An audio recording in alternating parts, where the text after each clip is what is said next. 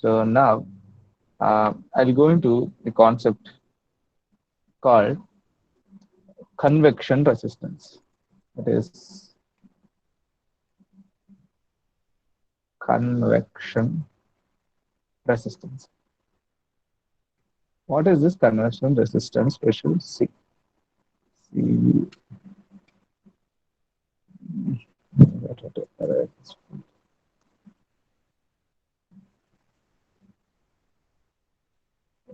See, so far what we have seen is conduction resistance.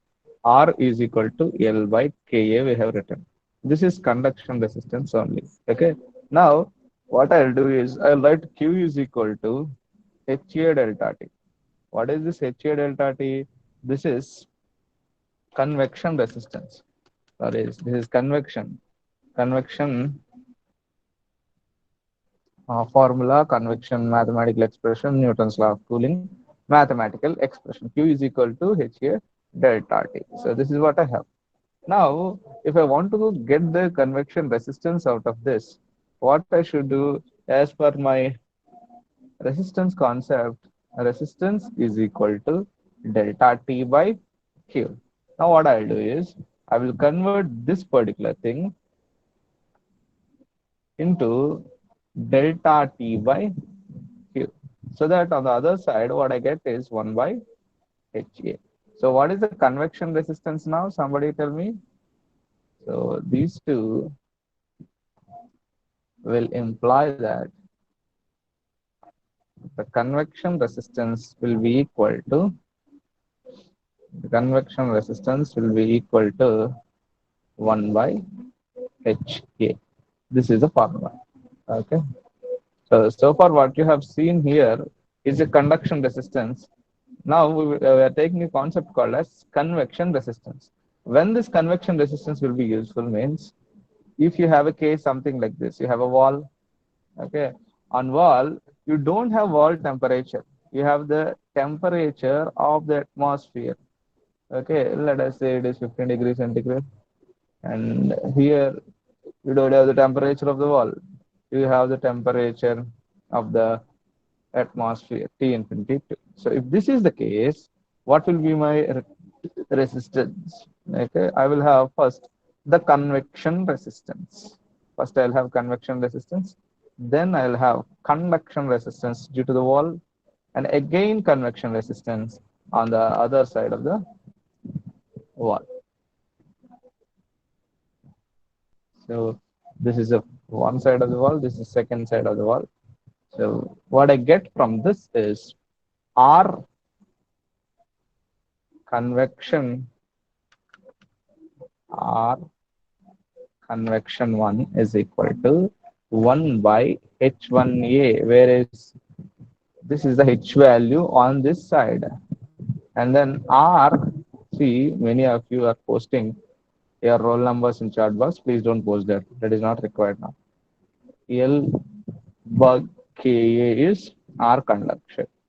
Then R convection 2. This is equal to 1 by H2A. So this is how you'll get the R values. If you want Q value here, it is T infinity 1 minus T infinity 2 by R total. That is R convection 1 plus R conduction plus R convection 2. Right?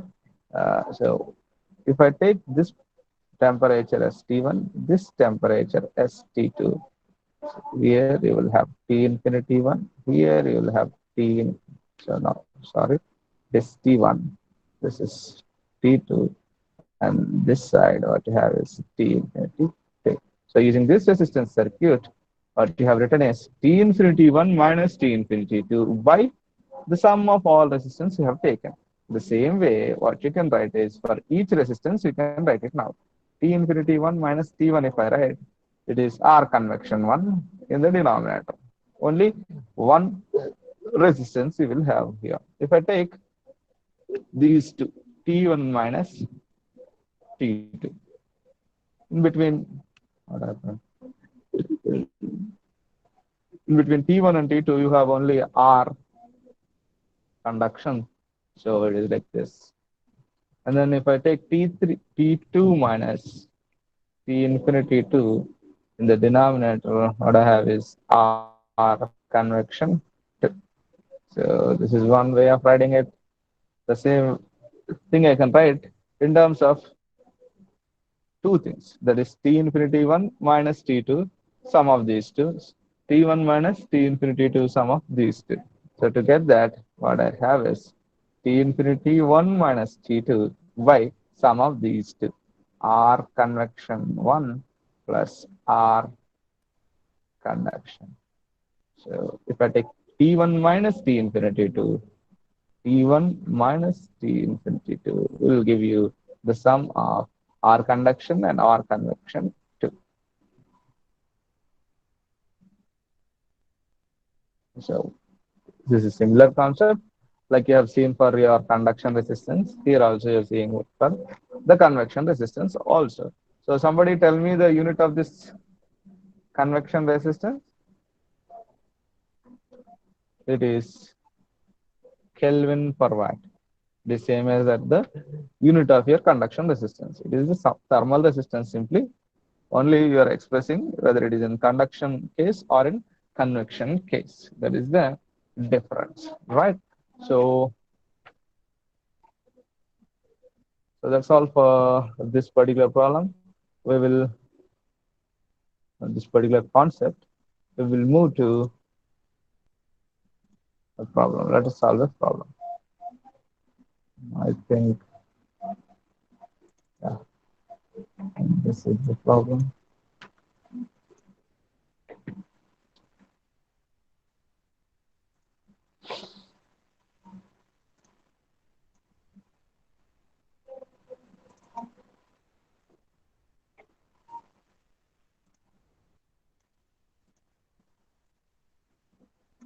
Yeah, it is your problem. You can see.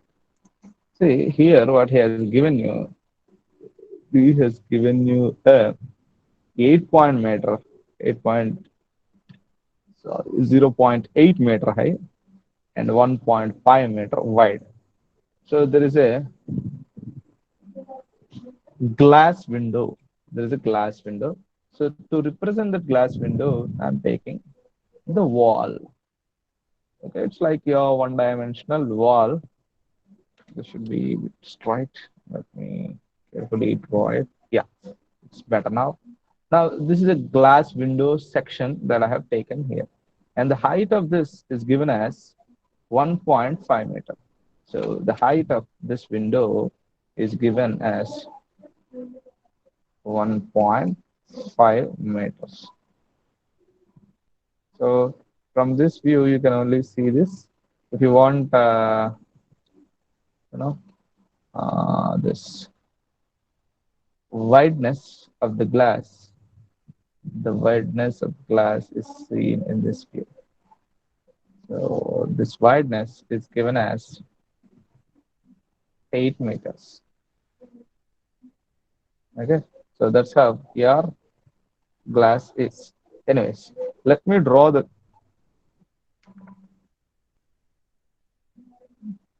one-dimensional view itself. So this is a glass window and its height is 1.5 meter. That's what I have. And the thermal conductivity of this wall or the glass is given as 0.78 watt per meter Kelvin. And then he's asking you to find the steady rate of heat transfer through the glass. So what is Q? You have to find. If its inner surface for the day during which the room is maintained at 20 degrees centigrade, while the temperature of the outdoors is minus 10 degrees centigrade. So what he's saying is this glass is separating the room from the outdoors. So on one side you have 20 degrees centigrade. Let's call that as T infinity 1. On the other side, you have T infinity 2. Let What is that? This value is minus 10 degrees centigrade. So whenever I write infinity, please keep in mind that I am referring to the atmosphere. Infinity here will be representing to the surrounding temperature or the fluid temperature or the atmosphere temperature. So please be mindful about that. That's what I mean by the infinity here. So that's what T infinity will refer to. And then he is giving you the heat transfer coefficient on the outside surface, inner and outer surface. So this will be inner. So inside H1 is equal to 10 watt per meter square Kelvin. And then H2 is equal to 40 watt per meter square Kelvin. Meter square degree centigrade is given here, which is equal to watt per meter square Kelvin because delta T is same in both the Kelvin and your degree centigrade. So this is your problem here. And this particular problem, if I have to draw a thermal resistance, the thermal resistance will look like this. This is the resistance due to convection on the inner side. And then you have resistance due to this glass. Resistance due to solid will be a conduction. And then you have resistance on the other side of the fluid, that is convection. So simply speaking, whenever you have a fluid, you will have convection. This side you have fluid, on the inner side you have fluid, you have convection resistance. On the outer side you have fluid, you have convection resistance. And in between you have solid, that is glass, you'll be having conduction resistance. This is how your resistance circuit will be like. So here the temperature T infinity 1 will be prevailing. Let me call this as temperature T1 and let me call this as temperature T2 and let me call this as temperature T infinity 2. So in the whole circuit, what he's asking you to find is Q is equal to what he's asking. So if I want T infinity 1 value I know, T infinity 2 value I know. So I will use this correlation, that is T infinity 1 minus T infinity 2. It's not correlation, it's equation. T infinity 1 minus T infinity 2 by R convection in plus R conduction plus R convection out. So this is what is my equation. So T infinity 1, you know, T infinity 2, you know. So what I have to calculate here is R. So R convection in, if I have to take it, is 1 by HA, H1A is equal to what? And then R conduction L by Ka, and then R convection out. It is 1 by H2A. See, what is A here in this case? Your area is area perpendicular to the direction of heat transfer. So, area is equal to 1.5 meter into 8 meter. So, this will be your area measured in meter square. So, you're clear with your area. And what else you need? Yeah, here if I can substitute, what is the H1 given here? It is 10. 10 into 1.5 into 8. So you'll get the R convection value. And here, L. What is L? L is the thickness of this particular glass window. Is that value given in the question? 8 mm thick. Okay. Can you see it? This is 8 mm thick. That's what is given. So you can take 8 mm here. 8 into 10 to the power of minus 3 by K value of the window should be known. That should be given. Yeah, it is given as 0.78. 0.78. Area anyways is the same area is equal to 1 by H2. H2 value is given as 40 in question. So you substitute 40 into 1.5 into 8. So you'll get all these values. So somebody tell me these values. What is R convection in? Don't know what is Q. I have to calculate this. T infinity 1 is what is this value? It is 20. And then this is minus 10. Somebody tell me the value of R convection on inside. This value. 8, 8.33 into 10 power minus 3. 8.32 into 10 to the power 33 of minus 3, 10 to the power of 3. minus 3. 10 to the power of Yeah. minus 3. This is measured in Kelvin per watt. Somebody tell me the value of R conduction. L by Ka. That is R due to the glass. Somebody please tell me this value. No one is doing it.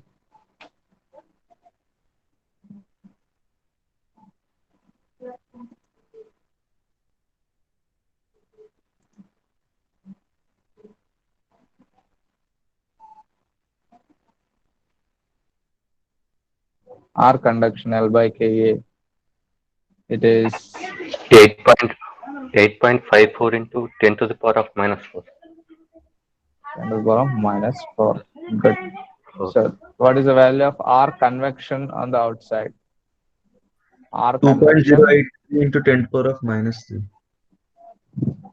2.083 into 10 to the power of minus 3. All are in Kelvin per watt.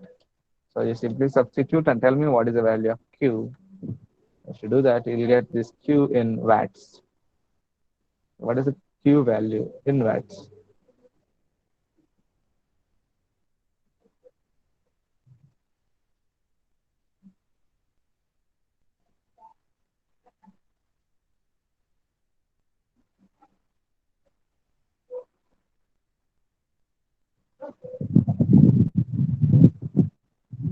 What is the Q value? You calculate. It will take little time because you have to substitute this 10 to the power of minus 3 and all these things into your calculator. So be patient and calculate that value.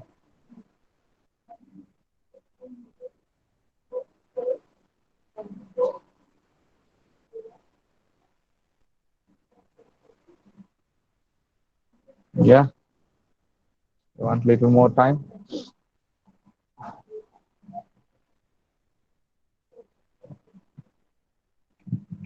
Meanwhile, let me see if he's asking anything else. 2662. Sir, the height of the slab is zero point 0.8 meters, no sir. 0.8 meter height. The height is, yeah, this is 0.8. Yes. This is 0.8. This is 1.5 meter wide. That doesn't make any difference in the calculation because the area is same. Is it okay? Who asked that? 2662. Huh? 2662.64. 2600, huh? 2662. 266 you'll get. Because of this 0.8, you might have missed it. It is not 8, it is 0.8. Kindly correct it. It is not Sir, 8, it's it is, 266.25, sir. yeah, 266 you should get.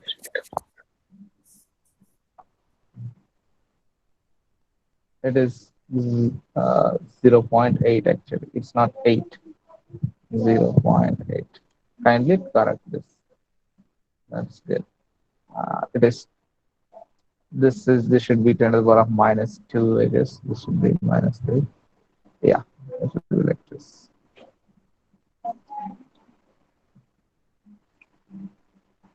It is 266 watts. Okay. Along with this heat, what is asking you to find is heat transfer to the glass. You have find it out, and the temperature of its inner surface is asking. That is, what is the T1 value is asking, and the T2 also you can find out. How to find out this T1 and T2? See here, I have written this. you can use this equation here. Whatever you are seeing here, you can use this to find out that T1. Since you have Q with you, you can use that. So Q is equal to T infinity minus T1 by R convection 1. So that will imply 266 is equal to T infinity 1 as 20, right? Minus T1 is unknown by the R convection one is 8.33 into 10 to the power of minus 2. So this is the thing, and somebody tell me the value of T1. What is the value of T1?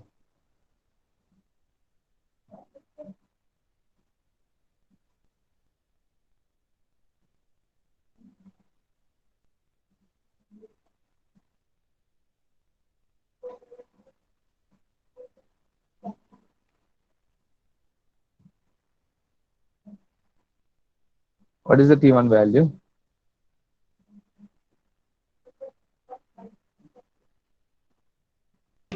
minus 2.17.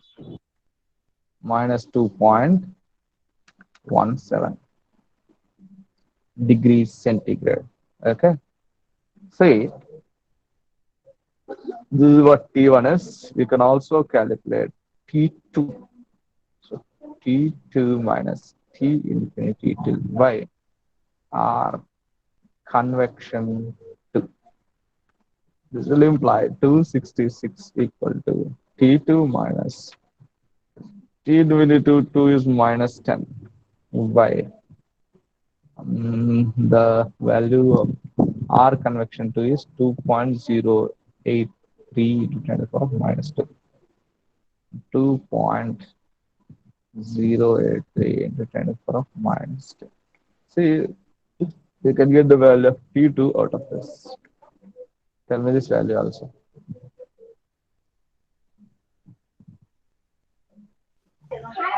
Minus 4.42. 4.42 degrees centigrade. Four. Good. See, now let us move to this discussion here. Here, the T1 value, you got it as minus 2.2. Here, minus 2.2 degrees centigrade is prevailing. On this side, 4 point minus 4.4 degrees centigrade approximately is prevailing.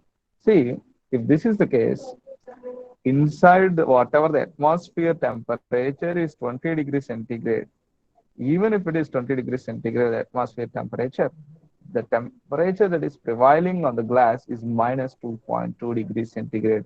See, if you touch this, you will feel very cold. So see, why is this happening here like this? Okay, here this is minus 2.2, and when it comes to the air temperature or the fluid temperature, it is 20 degrees centigrade. So there is a huge difference here. Outside there is a minus 10 degrees centigrade temperature, which is actually a very low value. Because of this, it should also be cold inside. But when you have maintained a glass here, the glass with this particular thermal conductivity of 0.78, the temperature inside the room has significantly changed, and it changed to a value that is so much comfortable for a human to be there. Okay, so that's what the effect of thermal conductivity. The thermal conductivity value is so less here. The temperature inside the room is maintained very much higher than the actual atmosphere, that is atmospheric temperature that is present outside. That is almost above 30 degrees centigrade. You can go minus 10 plus 30 will give you 20 degrees centigrade. See, there is a huge increase in the temperature because of this because of this 0.78 watt per meter Kelvin glass. And if you go even lesser than this value, you can attain even lesser values. Okay, so this is what the theoretical concept is like, but in practical reality, this won't give you this huge results, because here in this calculation we have neglected effect of something called as radiation. Okay, also, although he has given that it includes the effect of radiation, but in real cases, most of the times, this particular calculation will fail. Why it fails? Because it doesn't take radiation into consideration. If you take radiation into consideration appropriately, this calculation would improve. To overcome that radiation issue, so what you have done is, okay, people have come with the concept of double pane window. Okay, see, if you travel maybe in aeroplane or you know wagon, AC wagon, okay, trains with AC coach, if you move, okay, there the window will be like this. You will have a glass window,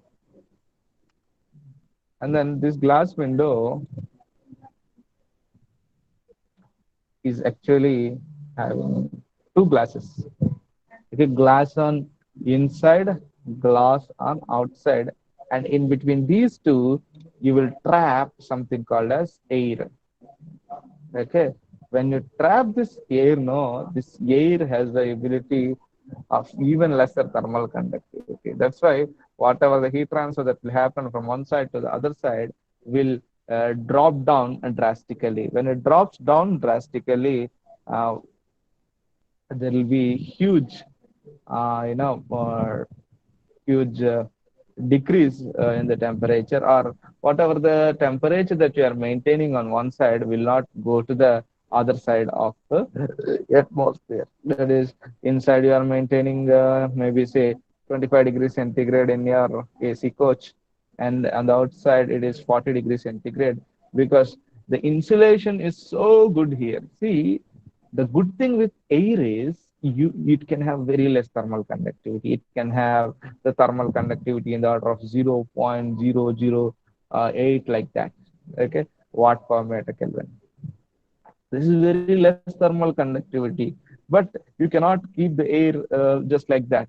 Okay, you should have some, uh, you know, um, some sort of obstruction that should hold this air, some sort of a container that should hold this air. So to have that, you have introduced a glass here, which is again having a lesser thermal conductivity. As you have seen in this problem, it is 0.78 watt per meter Kelvin, this side also. And when you have entrapped this air in these two, the effective thermal conductivity of this one will reduce a lot, and it will produce huge thermal resistance. Because of the huge thermal resistance that is provided by this particular setup, there is a huge reduction in the heat transfer.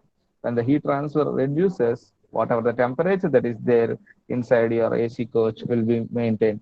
So that's how this particular concept of double pane window has come in, and this one you will see in your AC trains and aeroplanes also. Okay, if you have observed that this is the concept that is being applied in these particular applications. Okay, so this particular problem we are going to solve in the next class. That's all for today.